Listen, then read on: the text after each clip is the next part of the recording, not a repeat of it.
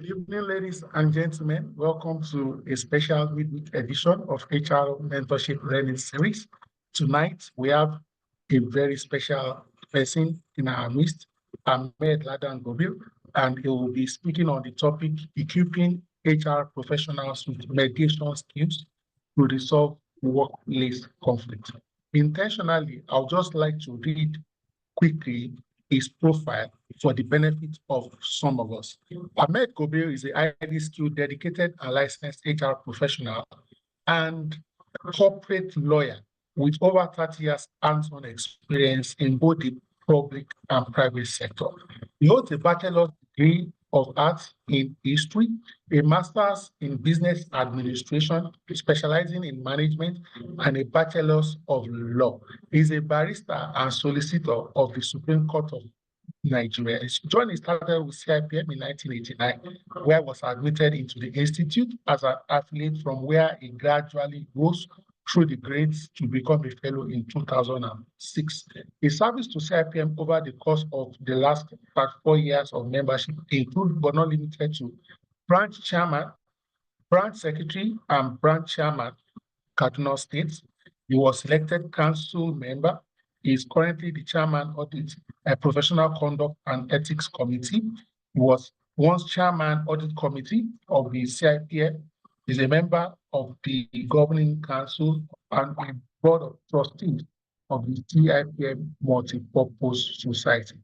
Just to mention the fact that he has also served as was once a former Honorable Commissioner for Commerce, Industry, and Cooperative, and a member of the Kwara State Executive Council. He has been a board member of several public and private organizations, some which include Kwara State Investment and Property Development Company in Ilorin, Kwara State Industrial Trust Fund in Ilorin, National Labour Advisory Council, Federal Ministry of Labour, Governing Board, National Bureau of Statistics, National Steering Committee, Open Government Partnership, Federal Ministry of Justice, Federal Government Tripartite Committee on the Review of Minimum Wage, Governing Board, Kaduna State Water Corporation, Manufacturers Association of Nigeria, Small and Medium Industries Committee of Manufacturers Association of Nigeria, Legal Advisory Committee of Manufacturers Association of Nigeria,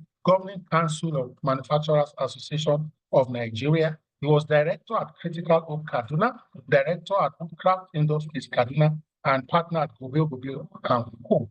Again, he is a member of the Nigerian Bar Association, Nigerian International Bar Association, and Commonwealth Lawyers Association. All right. In 2018, he joined Dangote Cement Group as a senior general manager and was designated as regional HR advisor and head organizational development pan Africa. Subsequently, he was promoted group general manager and redesignated as a strategic HR business partner for the commercial and anglophone subsidiaries of Dangote Cement, overseeing 6 anglophone countries, including Ethiopia, Ghana, Sierra Leone, South Africa, Tanzania, and Zambia. In this capacity, he has served as HR advisor at Dangote Cement in Ethiopia and HR advisor at Dangote Cement in Zambia, respectively. Ladies and gentlemen, I hope this profile is convincing enough to show you that this professional, astute professional, must have handled several mediation and conflicts at different levels and is overtly qualified to engage and equip us tonight as professionals with mediation skills to resolve workplace conflicts. Over to you, sir. Thank you very much, Yemi, and good evening, professional colleagues. Thank you again for inviting me to this platform to speak to you. Today we will be speaking on how, as HR professionals, we need to equip ourselves with mediation skills to enable us to resolve conflicts in the workplace. I have tried to outline our discussion, of course, by first looking at what mediation is.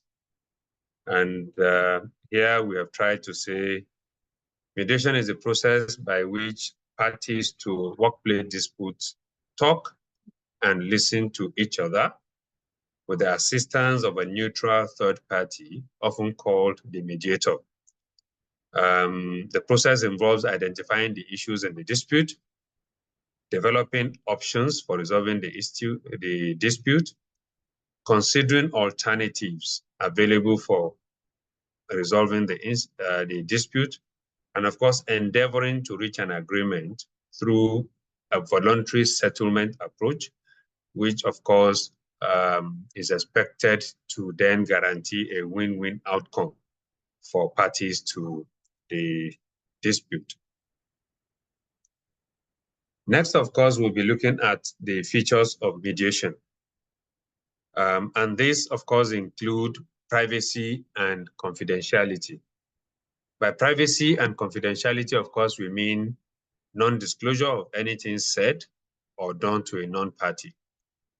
Mediation, of course, usually will involve the mediator and the two parties, of course, to the mediation. So whatever is discussed between the mediator and the two parties to the mediation, of course, is not expected to be disclosed to a third party who is not a party to the mediation.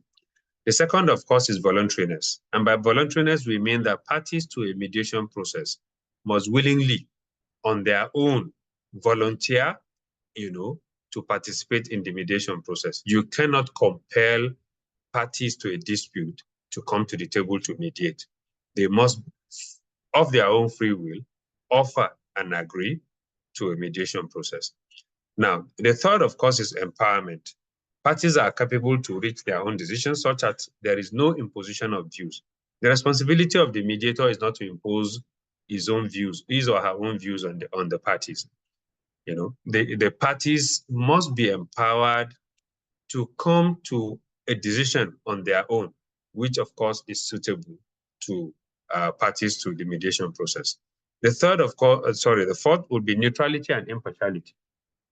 The mediator, who is the intermediary, of course, must be a neutral person with the responsibility of simply facilitating the mediation process. The responsibility is to bring the parties to the table, to enable them to talk to themselves, and to encourage them to find a common solution, which is agreeable to both parties. Now, the fifth is the uniqueness of the solution. Resolution is not subject to legal precedents or any other norms. But so this makes way for some level of creativity and informality. Creativity in the sense that because you will not be referring to any legal precedent, any decision of a court, any statutory provision, parties are then on their own able to creatively, and informally find solutions to the dispute between the parties without being bogged down by the fact that there's already a precedent based on the decision of either a higher court or a court of superior jurisdiction, from which you cannot deviate in resolving the matter. Ownership is the sixth. Mediation is predicated on the belief that parties should claim ownership of the conflict in order to realize the capacity to resolve their own conflicts. That is, first, parties must understand that there's a conflict. They must also own the conflict and agree that, yes, there's a conflict which needs to be resolved, and that is why they are coming to the mediation table to discuss it. So ownership is important to the mediation process. And then there's, of course, the no-blame approach. Because mediation is not an investigation, it does not involve searching for the truth, in which one person is found to be right and the other wrong. You do not blame any party to mediation, and you encourage the parties not to blame each other for the conflict that has arisen between them, because this makes it easier for them to then come to an agreement and for them to come to some sort of resolution of the conflict. Next, we'll be talking about types of mediation. And by types of mediation, of course, we're talking about that which we call the facilitative type.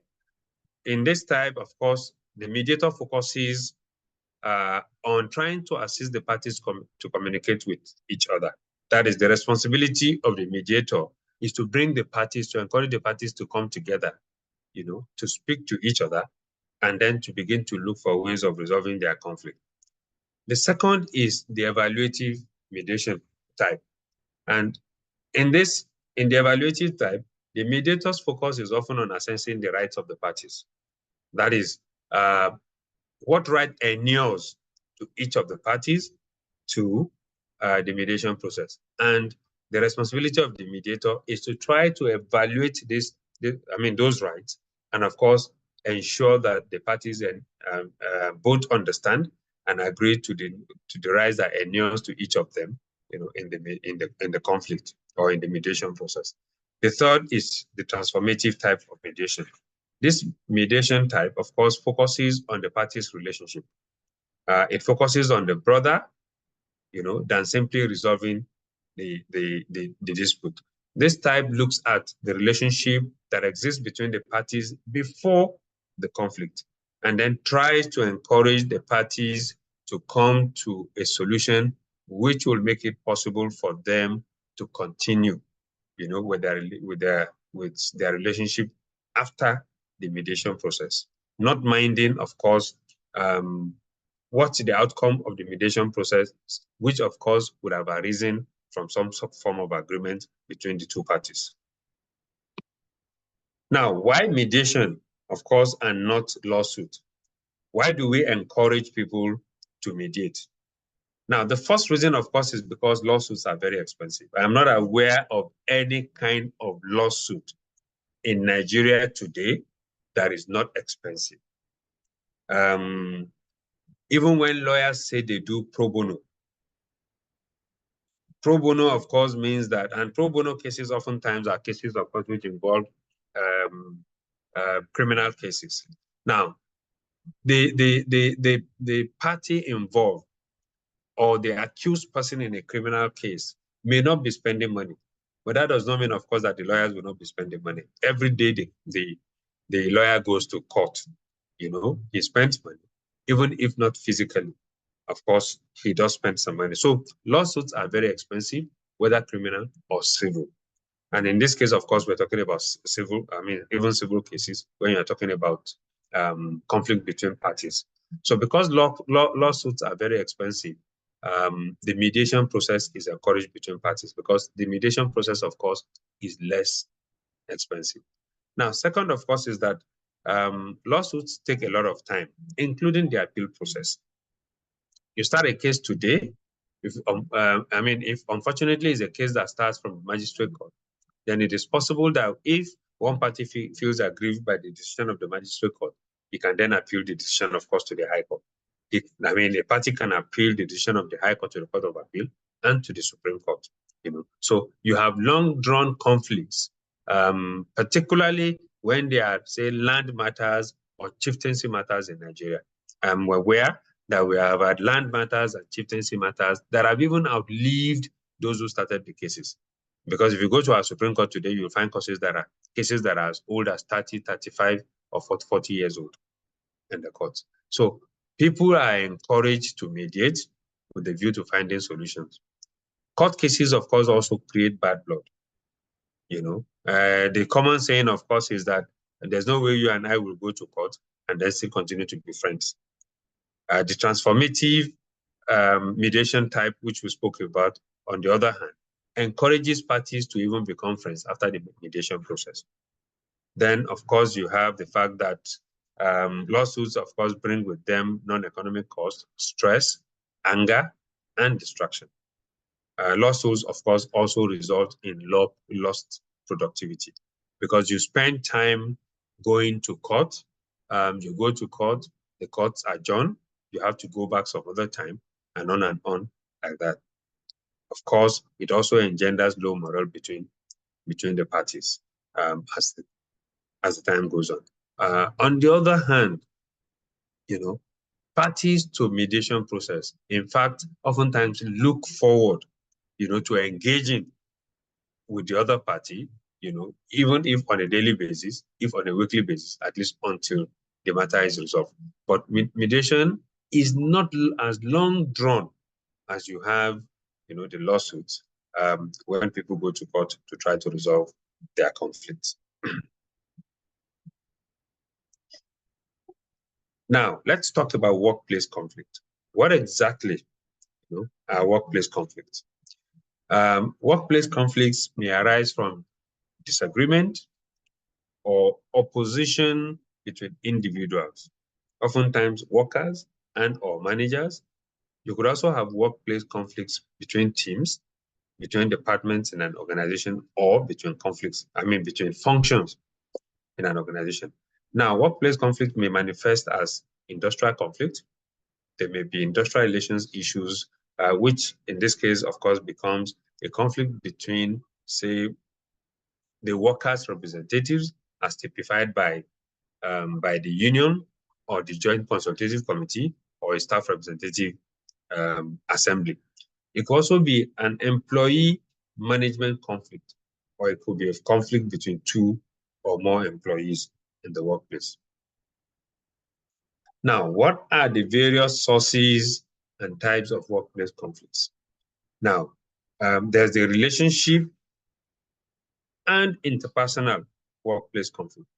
This, of course, arises from negative behavior or perception, which is characterized by stereotypes, rumors, or lack of team cohesion. Now, when we say stereotypes, stereotypes, of course, occur as a result of our biases. So you already look at somebody and you believe, oh, because this person is from this particular part of the country, he is not likely to be able to do X, Y, Z in terms of work. You could also have conflicts arising from rumors. People go about gossiping behind their colleagues, or they begin to spread false rumors about their colleagues. You could have conflict also arising because you do not have a cohesion between the team. It could be team as a team in the department. It could be lack of cohesion within the department. It could also be lack of cohesion, of course, within the function or in the organization. The second, of course, is value. This arises, of course, from clash of different views, conflicting moral values on what is right and what is wrong. What to me is right may not necessarily be right to a colleague at work. What is right, to a colleague at work may not necessarily be right to me. And this is because we were raised, under very different values. And of course, sometimes you have clashes of opinions, clashes of views, clashes of human values at work. Interest is another source of workplace conflict.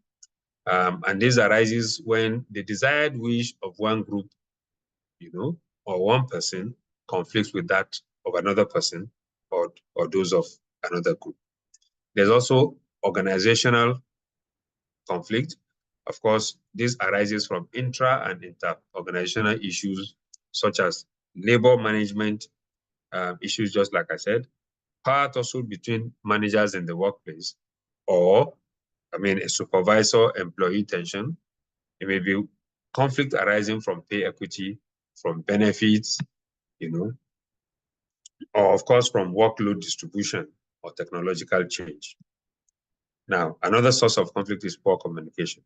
This often arises, of course, where management or line managers do not communicate effectively, to the line or to their direct reports, or where management, of course, is desirous of doing something or introducing a policy, but rather than engage with employees, to communicate the reasons for this policy shift, the desired benefits from the policy shift, you do not get communication.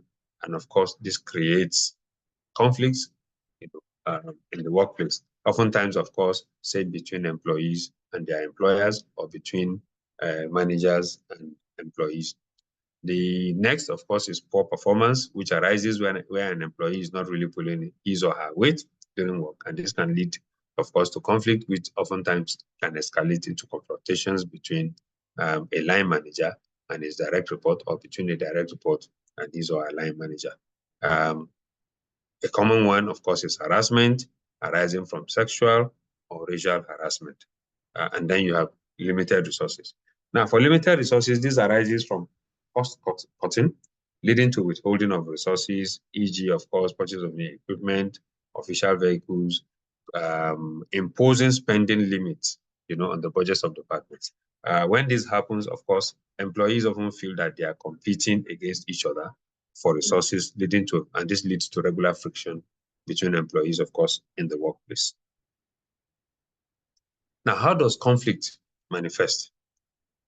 And we have tried to break this down into stages. Stage one, unresolved conflicts or unresolved disputes. Oftentimes, of course, lead to uncomfortable work environment. An uncomfortable work environment, of course, will be that which is characterized by gossip and rumors.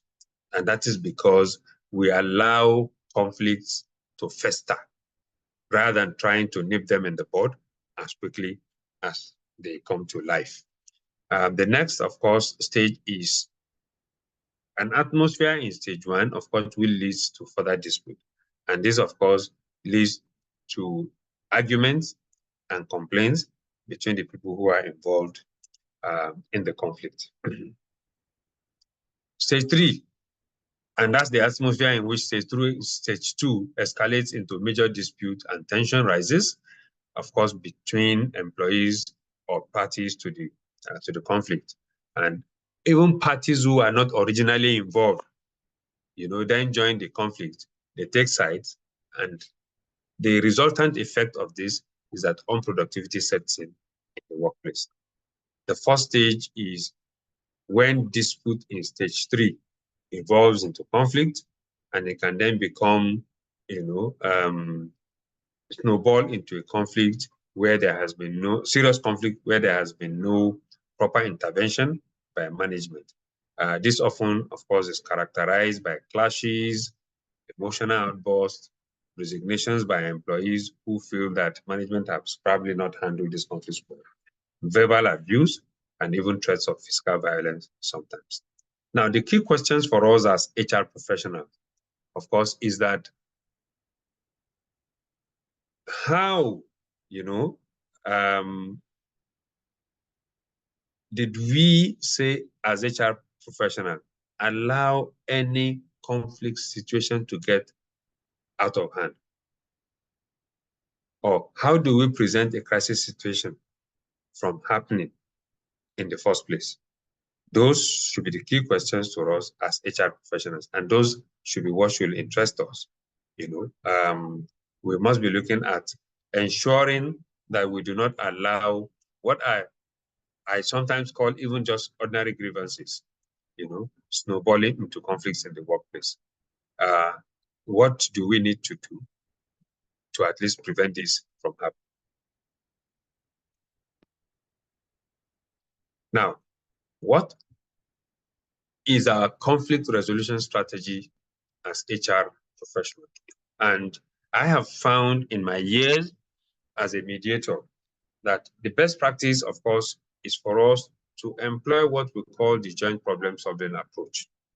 And the joint problem-solving approach is that approach which identifies the various interests to the conflict, the real issues in the disagreement between the conflicts, and of course, then identify options for resolving this conflict and settling the dispute. It is called, like I said, the joint problem-solving approach, because in this approach, all the parties to the conflict, of course, are involved. In this approach, the real issues to the conflict are identified. And in this approach, of course, various options to resolving and settling the conflict are put on the table. And then the parties then agree on which of the options best suits, or best resolves the conflict situation. And this is what I encourage. This is a kind of approach that I encourage HR professionals to adopt. Now, the HR practitioner as a mediator in the conflict resolution process. Of course, there are stages to the conflict resolution process. And like I did say earlier on, stage one, of course, involves you first holding separate meetings with the parties to know their respective grievances, or what are their the respective issues that they have to the conflict. Stage 2A and stage 2, of course, is broken down, into about 3 different stages. Now, stage 2A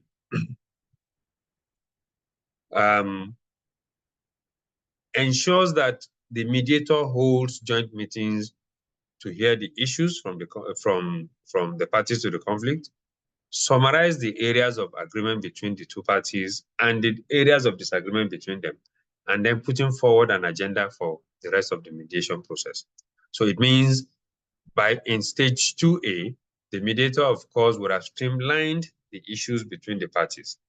The mediator would have summarized the areas of agreement, if you streamline the issues and, for example, you have 4 or 5 issues, but the parties are already agreed on 2 of the issues, then you should be discussing, or the mediation process will be focusing on only 3 issues where the parties disagree.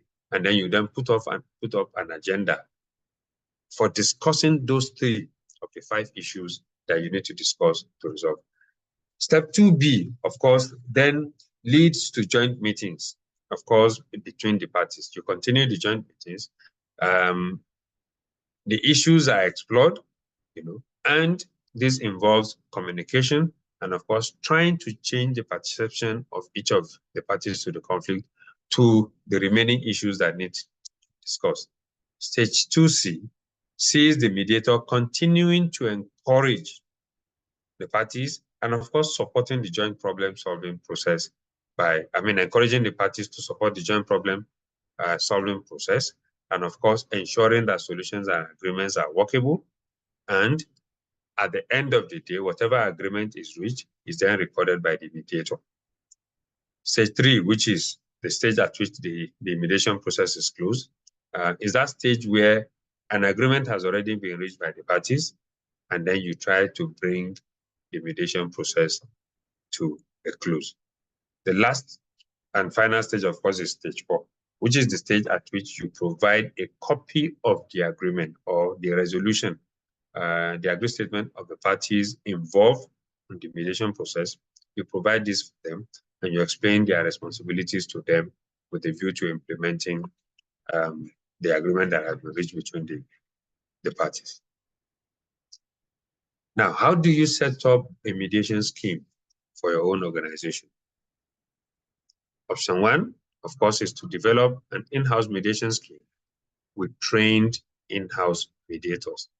And as HR professionals, I encourage us to get our employers and our organizations, of course, to send us to attend mediation courses. There are so many. When I say send us to attend, there are so many courses on mediation on LinkedIn, which we can access using the LMS modules, whatever LMS module we use, which we can access online. And quite a number of these courses, of course, are certified.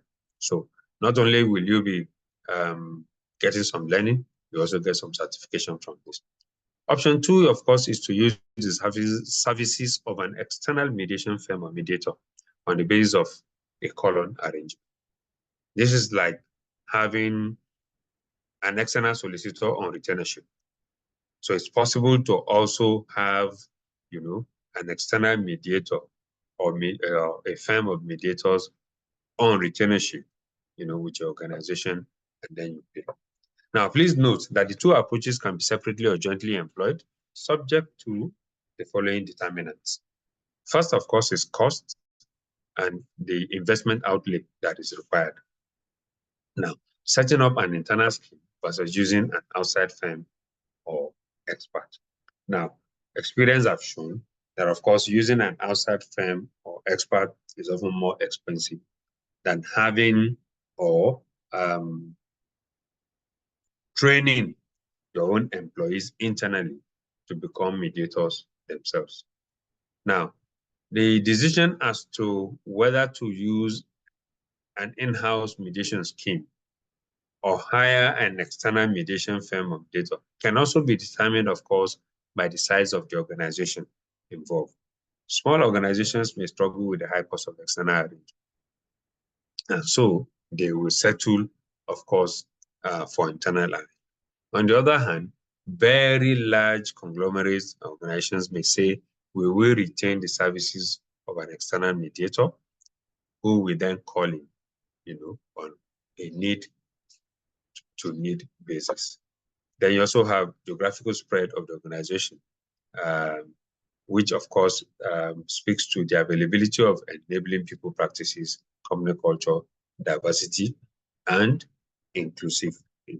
So where the organization is located, how many subsidiaries the organization has, and what are those specific nuances, cultural nuances that are peculiar to some geographical locations or some demography of the organization.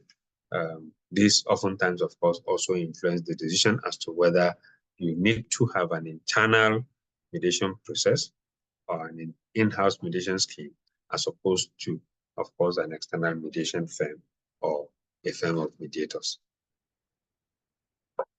Now, your role as HR professionals, of course, includes trying to at least update your company policy, to encourage mediation. And we say that your company handbook, for example, should clearly answer the following questions for managers and staff. In the policy section, if it is segregated between staff and managers, both, of course, must speak to what is mediation. Now, both policies also must speak to why do you need to choose mediation, or why do you encourage mediation? On the other hand, why is the policy section for managers will be speaking to when is mediation appropriate? The policy section for staff or the employees will be speaking to how do I decide if mediation is what is appropriate for the conflict that I'm having, with my manager or with another staff or even with the organization. Now, the policy section for managers will speak to what is the line manager's responsibility in the mediation process. Now, on the other hand, for other staff, it may be around what can I expect, of course, from the mediation process. Will it be equitable? Will those involved, of course, recognize the fact that even though I am a senior staff or a junior employee who is complaining about the conduct of a senior manager, or who has a conflict, with a management staff, will I get the kind of resolution that I expect from this mediation process without some form of bias, or some form of advantage skewed to the benefit of the manager. Now, the fifth, of course, is what commitment is required from the line manager, and as opposed to what is the mediation agreement about really. The staff begins to wonder, what is the outcome of the mediation agreement? What is it about? And how does this, of course, solve my problem?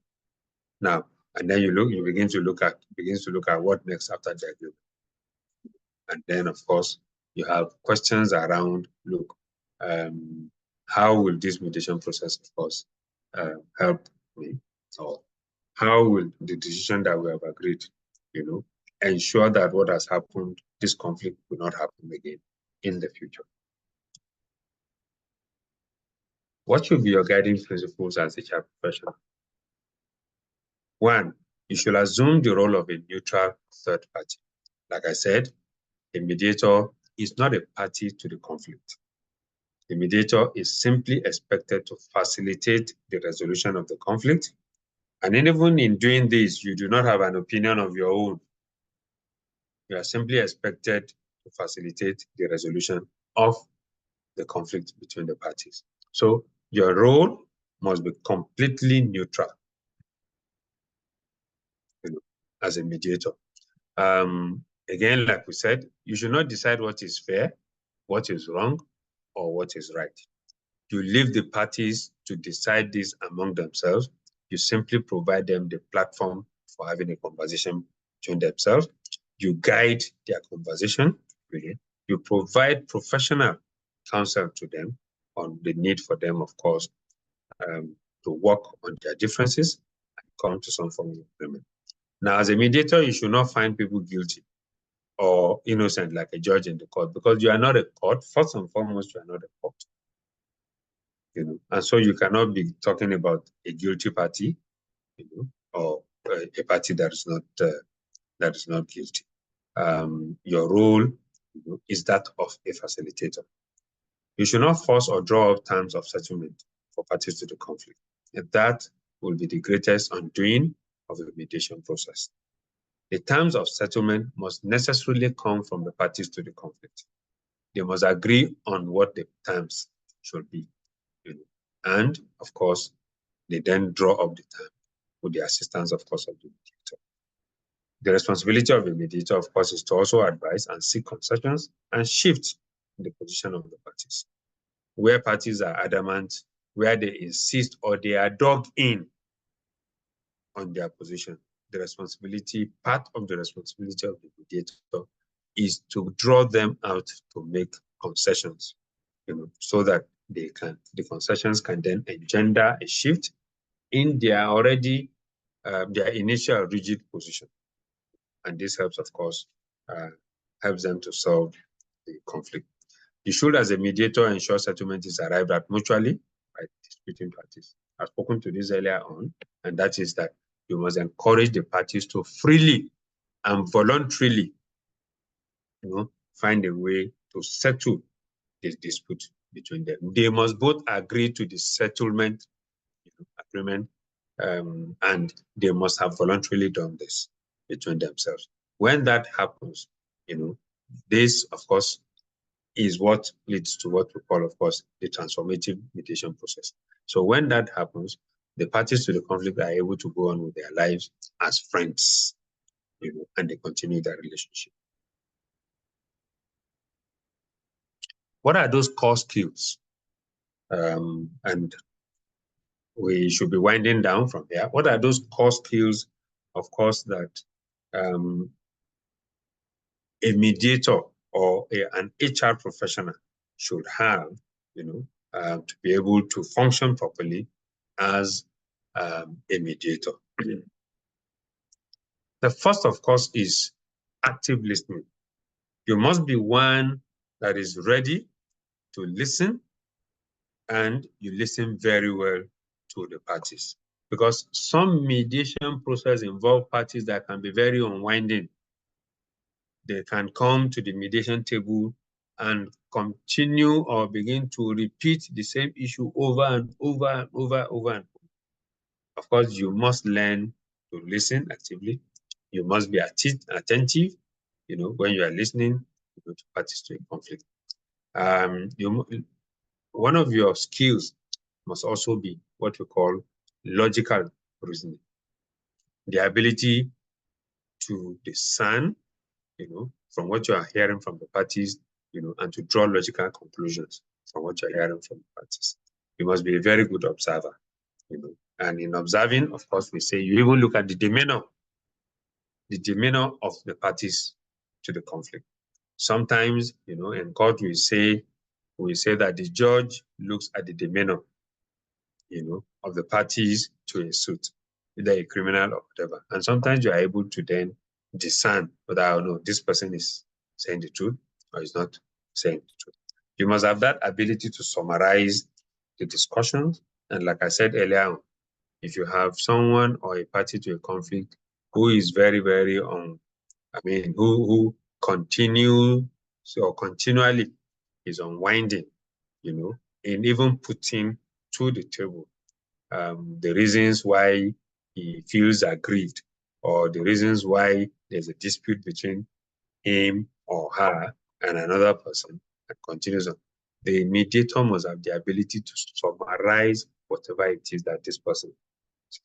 You must also have problem-solving skills and problem-solving capabilities. You must have the ability to reflect and rationalize on whatever it is that the parties speak to or bring before you. You must be able to build rapport it's the consensus that we spoke about, trying to build consensus between the parties, and you must be able to facilitate their coming forward, of course, to speak to themselves. You must be able to facilitate the provision of a solution for them. You must be able to facilitate, of course, ensuring that they continue to engage until they find a solution. You must have the capacity to reframe issues that are brought in. Sometimes issues may look very naughty, but the ability to reframe them into something that even the parties who are involved in this dispute begins to see as, oh, okay, so this issue or these issues are not really as difficult or as naughty as I thought they were, and which led to, of course, a conflict. So when you have the ability to reframe, sometimes you reframe complex and naughty issues into very simple issues, which parties are then able to engage and discuss. You must be able to analyze information. You must be able to plan and manage your time. And you must have a definite inclination for procedure, because the mediation process itself is procedural.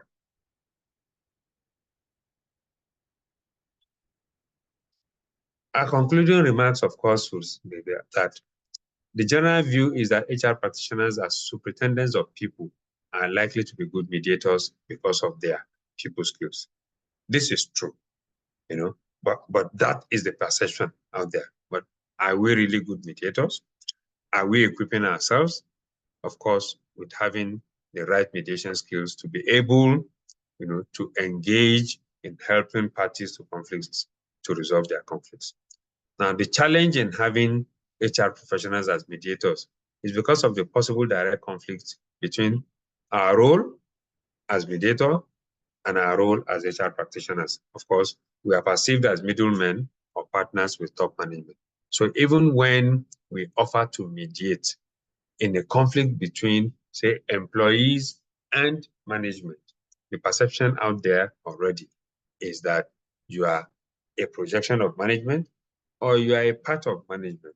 And so you cannot be seen to be dispassionate about whatever mediation or whatever conflict you are trying to mediate in or you are trying to resolve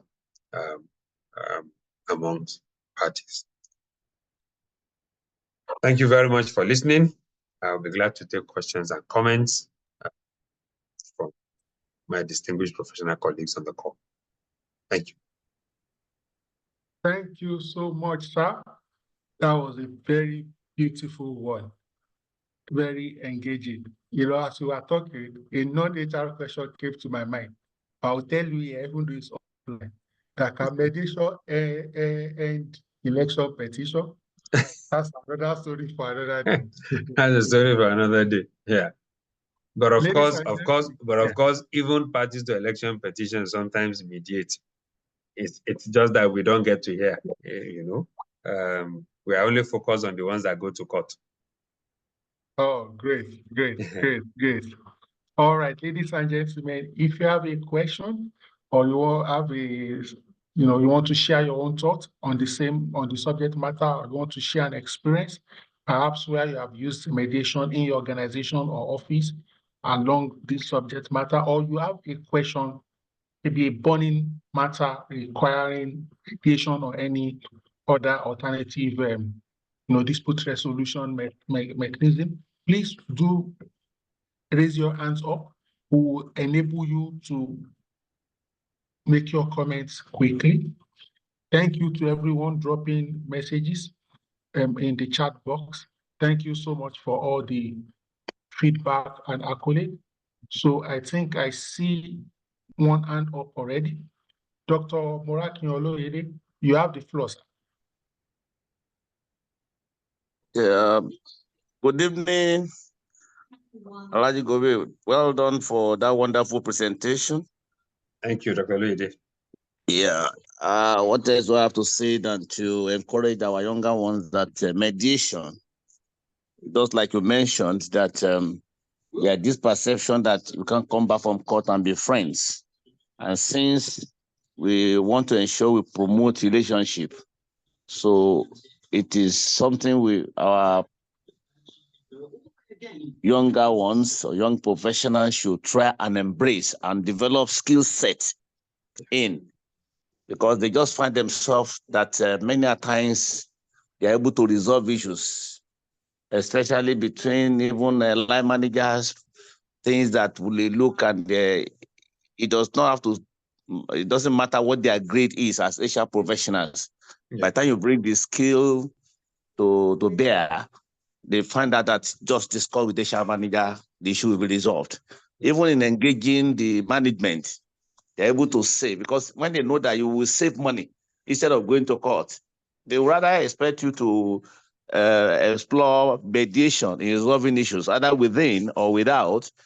So if it's a skill set, it's a skill or competencies that HR manager or head has consciously acquired, it puts him or her in a good stead to be a face of the organization in resolving issues, because we cannot run away from issues at all.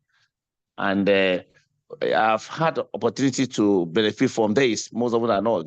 And because when you get to do that and they know you will resolve it, your guy will just say, go ahead. And many a times issues that I come, you have to go and even, by the time you have resolved, go and do settlement out of court. Yeah. So which is a good impression about organization, that you are not an organization that are always taking customers to court or whatever. People begin to know that you are a good place to, you are a good organization to relate with or do business with, which is positive things. So those are things that I want to mention to encourage our young professionals. So please embrace mediation. No doubt, if there's anything to go to court, we will go to court, but at least let us see how much we have gone in employing the mediation opportunity. Thank you very much once again. I'd like to go over. Thank you, Doctor. Thank you very much. Okay, thank you so much, Dr. Morakinyo. I think Orekilewa wants to mediate. Loretta, you have the floor, please. Good evening, sir. Thank you, Mr. Yemi, and thank you, sir. Thank you for the impactful session, back to back for consecutive weeks now. Thank you so much, sir, for your time. It's my pleasure. Thank you. Yeah, you're welcome, sir. So now there are some organizations that perhaps the HR manager is a maybe mid-level manager grade, and you want to mediate between two senior officers, perhaps maybe a CFO and maybe head of sales. They are senior managers, and you know, how do you manage? Because naturally they are seeing you are my junior, so you're trying to now mediate between two senior officers. How do you manage such situations? Because already the CEO or the MD has already, like, you've taken the matter to him and is like, please sort it out, deal with it, you know. So how do you resolve such conflicts between both managers? Okay, thank you very much, Loretta. I don't think mediation skills have anything to do with your level in an organization. I think it's more about having, again, of course, the requisite skill, and it's about your ability to engage with these managers. If as a mediator yourself, you already think that this is a CFO or this is a head of sales, they are big orgas, what am I going to say to them that they will listen? Then already you are already shortchanging yourself. But again, like I did say from the beginning, for mediation, the parties must agree to mediate. And that's why, as a mediator, the first opportunity you have is to first engage the parties individually before you even bring them to the table, you know. And it is at that point when you engage individually with them, you know, that's when you are able to bring to bear, you know, your ability for stakeholder management, your ability to engage, you know, and you are able to display your skills as a mediator. there's a likelihood that, of course, that even if they are senior managers, if they listen to you and they know that, look, this HR manager, although a middle-level manager, actually does know what he or she is talking about and is skillful about this, they are then probably, or more likely, of course, to listen to you or to agree to come on. And when that fails, of course, you still have the opportunity to go back to another senior colleague or even to the MD to say that I am unable to bring these people to the table to talk, but I think you can do this. And in doing this, and that does not mean that as HR manager, of course, you'll be excluded. The MD or the CEO can then agree to bring the two parties together, and you also sit in to help facilitate this discussion. I have had cause to do that because, like you said, when I was HR manager before I became head of company secretary and head of HR, I had a situation where the GM and head of production and the CFO, in the organization I used to work then, did have, and it was a workplace conflict. It was things around, we need to do this purchase. The CFO is not releasing funds before you, like I said earlier on. If you do not nip it in the bud early, it then escalates and even begins to even affect production, and that was happening. And just like the scenario you painted, this matter got to MD at the time, and all he did was to say, go and call. Unfortunately, for me at the time, my boss, who was the head of HR, was on vacation. So the MD just said, go and call Gobir. And in his own case, even the go and call Gobir thing was like, apart from the fact that his HR is also a lawyer. So I walked into his office and he said, this is what I had between Amos and Mukhtar. Go and deal with it. And yeah, I did deal with it. I was much younger than both of them. I was a middle-level manager.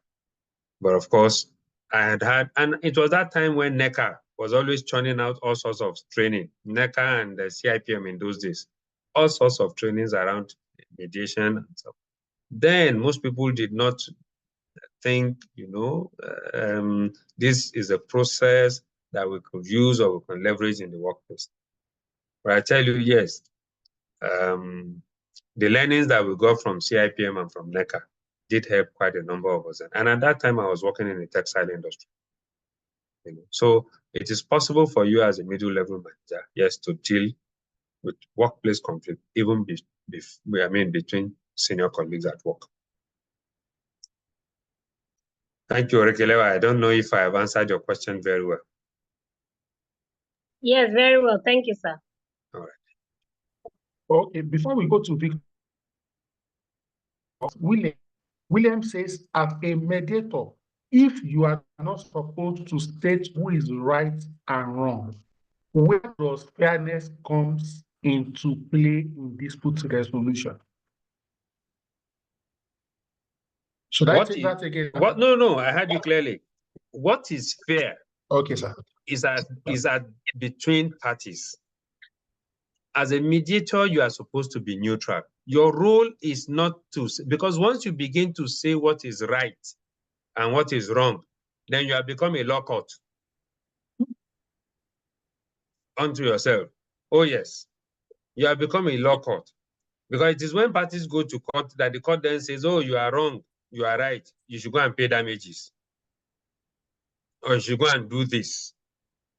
But as a mediator, your role is to bring these parties to a conversation that helps them to resolve, the conflict. Even if the matter of right or wrong comes, it should be between them.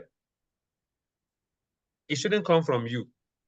It should be party A saying to party B, for example, that, well, you are wrong. And party B agreeing that, okay, I was wrong, maybe because I had a complete misunderstanding, of what you were putting forward. but it shouldn't be from the mediator. The moment as a mediator, you say party A, you are wrong. Party B, you are the one who is right. I can assure you that your mediation process has come to an end. You will not be able to resolve that conflict. So a mediator is a neutral third party whose role is simply to bring parties to a conflict together to talk among themselves. You simply encourage them to talk among themselves. You provide professional guidance to them, and that's why you should be knowledgeable about what the issues are too. And then you are able to say, okay, maybe this is actually a perception problem, but you don't say wrong or right. You could say it is a perception problem because one party is perceiving the issue wrongly or from a different point of view. So you have to be very diplomatic about it, about your interventions. Thank you. Thank you so much. Before we open the floor for people who have maybe just to say hello to our speaker. Sorry, Victor still has his hand up. Yes, we'll take Victor. Victor will be providing the last intervention. Okay, all right.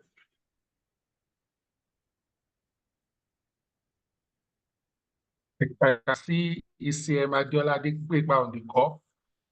I don't know if she has anything to say. Victor, you have the floor. Thank you very much, Maroka.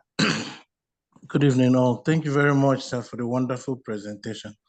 Thank you. I was really wondering during your presentation and saying to myself, when it is the mediator that needs mediation, how does he or she help himself? Then, secondly, if, let's say, like we are to get in this kind of platform, and a colleague says, oh, Victor, oh, Adeosun, please, can you come and mediate because I need a professional in this and someone that at least could be neutral. What are the protocols one is supposed to, are there some kind of protocols you're supposed to follow and procedures to ensure that you don't bring your two organizations into conflict and that you know how far and how deep to go into some of these issues? And I want to thank you very much. Until today, I don't know that mediation, that saying you are wrong was a wrong issue. Most times in our climate, it's usually come and tell us the truth. We want somebody that will say the truth as it is. And in a bid to get it solved, because this mediation can take a lot of time. Oh, yes. So in a bid to get it ended so that you face your normal daily hustle and job responsibilities, you want to say the truth quick and let us apologize to each other. But it's like from all you've taught us today, that is one of the wrongest way to be a good HR mediator. Thank you very much, Dan. Okay, thank you very much. First is that if the mediator is the one that needs mediation, then of course, yes, you go seek mediation. No one should think that either him or her, is above coming to the table to discuss. I mean, when we were talking about workplace conflict, there are various kinds of workplace conflicts, various kinds.